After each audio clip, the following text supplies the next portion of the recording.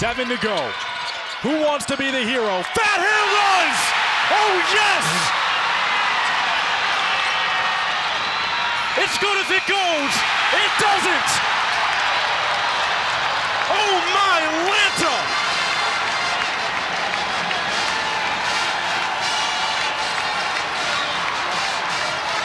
Fly me to the moon, Jamari Fat Hill! The dunk wins it for the Cardinals. When watching Ball State, it's almost impossible to ignore the moxie and just utter swagger affixed atop of each of their heads. I was fortunate to catch up with Cass from 1909 Barbershop and get a fresh haircut of my own. Cass has been cutting Ball State's hair for the past 6 months after Dyer Ball started the movement and found Cass. Ever since then, the team has been watching film, keeping her in the loop, and getting their haircut right here in Muncie, Indiana. Cass has coined the term Muncie Mullet Madness for everything that has gone on since. It was initially Bryce Barrett, the senior for Ball State, who graduated last May, who was the team's barber. But once Dyer found Cass, nobody went back. And I have to say, I may not be able to switch up myself. While we return to a match where you guys are watching a team that is looking and feeling good, they look forward to seeing Cass at her first ever men's volleyball match. She's set to be here for the MIVA quarterfinal. Guys, back to you. In the meantime, I'm just going to relish in my sweet new haircut. That is fantastic, AJ. Oh, my goodness. Welcome inside Studio C from Muncie, Indiana. I'm AJ Swiatek, joined by Xander Woods. And Xander, I think I speak for the both of us when I say it's phenomenal stories from top to bottom on January's edition of SL Featured.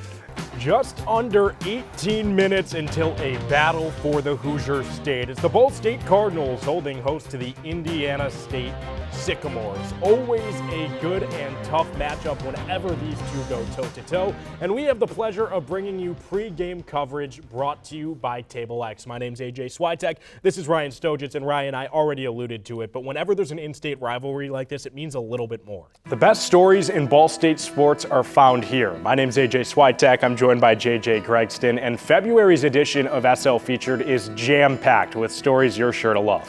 The bottom of the 8th is a fresh arm for Toledo. Now Ball State keeps the same arm they had in after play was suspended. Man at the dish, Caden Konzak takes the first pitch to him from Harker off the zone, and you can see his breath. It's cold here from Muncie.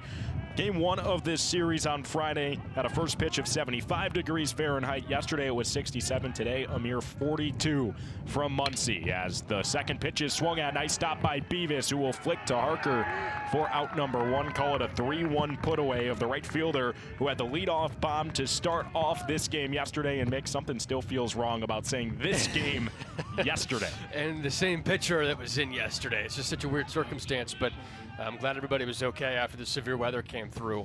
And that's why that Garrett Harker stayed in the game, AJ, because he can induce ground balls, he can get strikeouts, and with a fresh slate, nobody on base, it was a perfect opportunity for the coaching staff to feel comfortable with Harker going back out there for this moment. Now he deals with Charlie Shulvin, who spits on a strike as signaled by the home plate judge Corey Hinga. Same crew as yesterday, with Wayne Krause officiating first base and the umpire over on the hot corner, James Malek. The 0-1 gone pitch is sent back over the grandstand and foul. Harker coming out and filling the zone. He is, and this is what you want to see from a pitcher that threw an inning in the third yesterday in the same game and comes out throwing strikes early, gets a ground ball on his first at-bat. If he can get a strikeout on 3 pitches here, you know you made a really good decision to keep him in. His third pitch. Unable to do such, it scrapes the sky before landing foul, so the count stays pat. These are the types of guys you want, though. Hey, give me the ball back. I want to continue what I started yesterday to try and shut the door here, keep it 6-6, give my offense a chance to go win in the home ninth. And that takes some guts. It's freezing outside, not ideal throwing conditions, and it gets to Harker there in an 0-2 spot. Let his slider slip on him. It stays inside and runs into the shortstop, who homered and singled yesterday. Now is on for a 4th time in this contest. Second free pass, this one via the hit by pitch. Yes, it is just one of those that, you know, Harker would like to have back. I don't know to count, but trying to hit the inside with that pitch, and You know, you just got to ground ball the batter before and get one here and the ninth, and the top of the ninth. He'll try to do such against Luke Walton. First pitch to him, out with a fastball. So they count 1 ball and no strikes with Luke Walton at the dish, Troy Sudbrook on deck, Cole Cahill in the hole for this Rockets team that has fought back from an early deficit. Now see matchsticks on the board. That's where we want to see Harker locate pitches.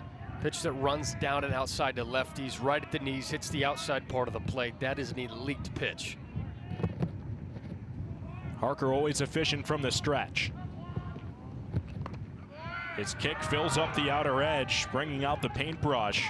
Same Again, spot. It can't get much better than that, Mick. I wouldn't be surprised if he goes right to it a third straight time, maybe a little bit more off the plate.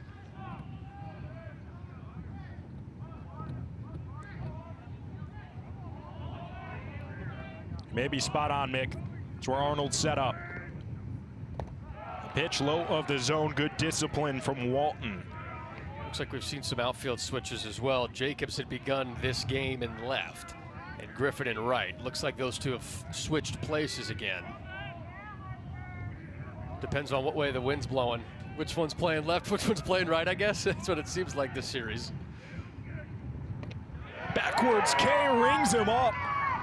Garrett Harker punches out Luke Walton for a big out number 2 here in the top of the ninth. Man, I love that pitch from Harker because he went outside on a runaway fastball for the first 2 strikes. This one starts on the outside part of the plate, breaks back in for a strike. A hitter freezes, thinking it's maybe down and away and it's going to fly out there. But what a job from Harker to confuse Walton and send him back. Brings up Troy Sudbrook amidst an 0 for 3 game, but he's 0 for 0 on the day. This one resuming action from just a day ago, where Sudbrook struck out in his last 2 looks. That's why I'm okay with Harker hitting a batter in an 0-2 count, because you know where he's trying to locate pitches, and he's shown that in these last couple of at-bats. Another good spot for Harker, forces a wag, no contact to be found for number 8 in Navy and goal. And you know he meaning Harker is feeling good, because that pitch that's running down and out to lefties, he's been consistent hitting that spot, whether it's a swing and a miss or a watch. More of an uncompetitive miss there, but one he could afford. The count moves 2-1.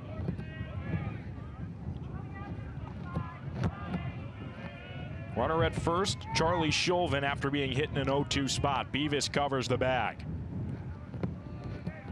It's a modest primary lead. Harker not too worried about it. With 3 on the clock, the pitch is sent high. It's weak contact into left field. Unable to make the grab on a sprint in is Griffin. 1 run comes in to score. Hustling out a triple on weak contact. Troy Sudbrook has given the Rockets the lead, and the Ball State coach's facial expressions say it all. Shock and awe from Muncie. It's a 7-6 ball game with a 2-out fish shot to left. And you know the wind is going to play a factor in games in Muncie. It's done it all series long, and Griffin just trying to find where it's going to go. In the last couple of days, the wind had blown out to left and center, and now today it's pushing toward right. It's just a different feel out there right now, and that was a tough one to play. And Sudbrook, what great hustle for him to get to third base for a triple, and Shulvin scoring. This is what Toledo wanted to try and do, put the ball in the air and figure out a way to get a run home in the ninth. Toledo has woken up with all the momentum on their side, as Harker gives up the go-ahead run in a 2-out spot on weak contact that you're used to seeing be caught in the outfield.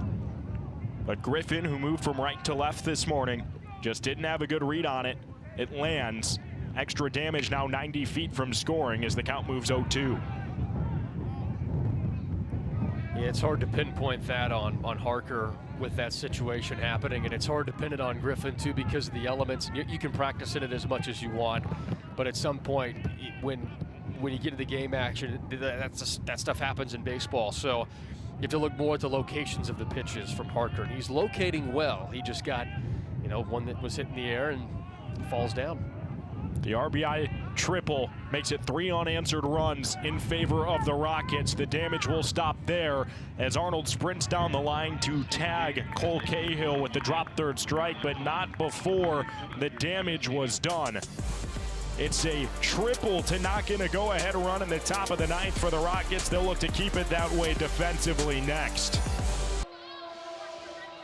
Reagan Boyer back to serve. Her sister played volleyball at Wisconsin. She'll get to continue serving with a mistake up front from Tyler and company. Yeah, somebody in the net for Ball State, and just too many errors to start things off. It's been a slow start in set 4 for Ball State. No big plays. Maybe try to push the ball to AJ Smith, who has brought all the energy. Ball State forcing themselves to scratch and claw back. That will help the effort as Boyer has her 15th service error on the season after getting ace number 29 last night. And Smith just checks out too, so maybe try to get another spark plug with the volleyball. Carson Tyler in the front row now. I like that serve. Better answer from the Broncos. Marr to the back line. That was perfection. The Under Armour All-American third team. It's a senior in high school, now a senior in college. Still a do-it-all threat. And it's been quick points too. It's been serve, good passes, and then just down. So right in system. And that's why it just feels like this whole place is kind of deflated as the Broncos are showing something. For kill number 10 for Marr. Ball State unable to return the serve. You wonder if Kelly Miller-Phillips starts to think about using one of those timeouts. I would think coming here soon she might. Just a dream start to set 4 for the visitor, who looks to force a 5th. Erickson with an error helps Ball State out. And that's been what's kept Ball State in this set, has been a couple of service errors, some attack errors. Really, the Cardinals' point, I think one of them have been off of their own merit. The rest of them have been some errors from the Broncos, and so Ball State's got to take what they've been given, but still down by 5. Green looks to get another one on the Cardinals' own merit. She does. Sizzles it over the net. No one even touches it. Gets a piece of the hardwood before Erickson for a Ball State ace. See if she has another ace up her sleeve. Forces a dive. Case gonna go far side. Salesman down the line. There it is again, just in tempo right away, in system. Quick point, the Cardinals never have a chance to even touch the ball after the serve. Just so much power behind that swing. She loads it up so quickly. First kill of the set for Salesman. The Broncos into the double digits. They'll look to get her going. Oh, nice dig, but it winds up over. Just a good effort there from Boyer to even get a piece. What will go down as a big-time Eganoff kill. And that was the first big play we've seen from the Cardinals besides that ace from Green. Offensively, there has really been nothing doing. It was Kennedy, so we'll see if they can get her back the ball. Case, Salesman. Trying to get her going, but she's unable to find the field of play. Ball State back within 3.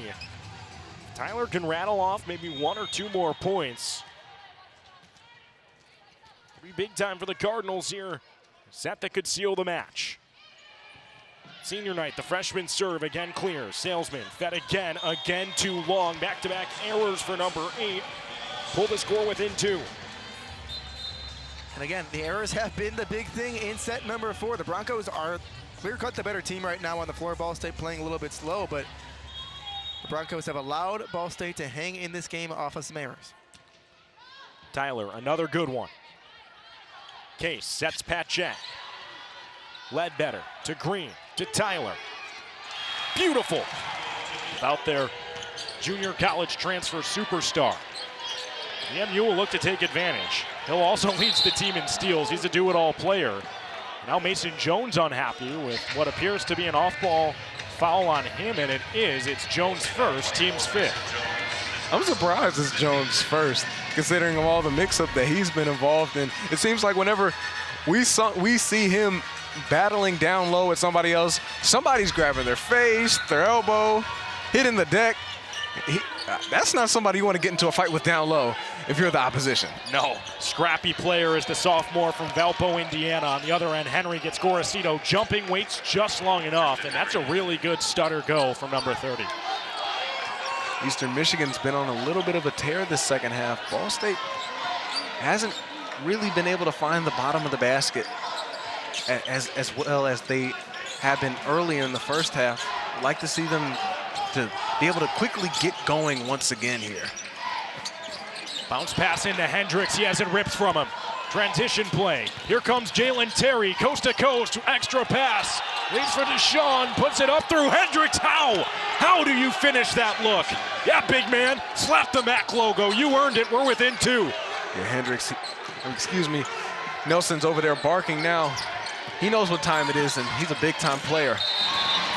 Hernandez, through the pressure, just picked up 1,000 points. That is a huge career accolade for number 33.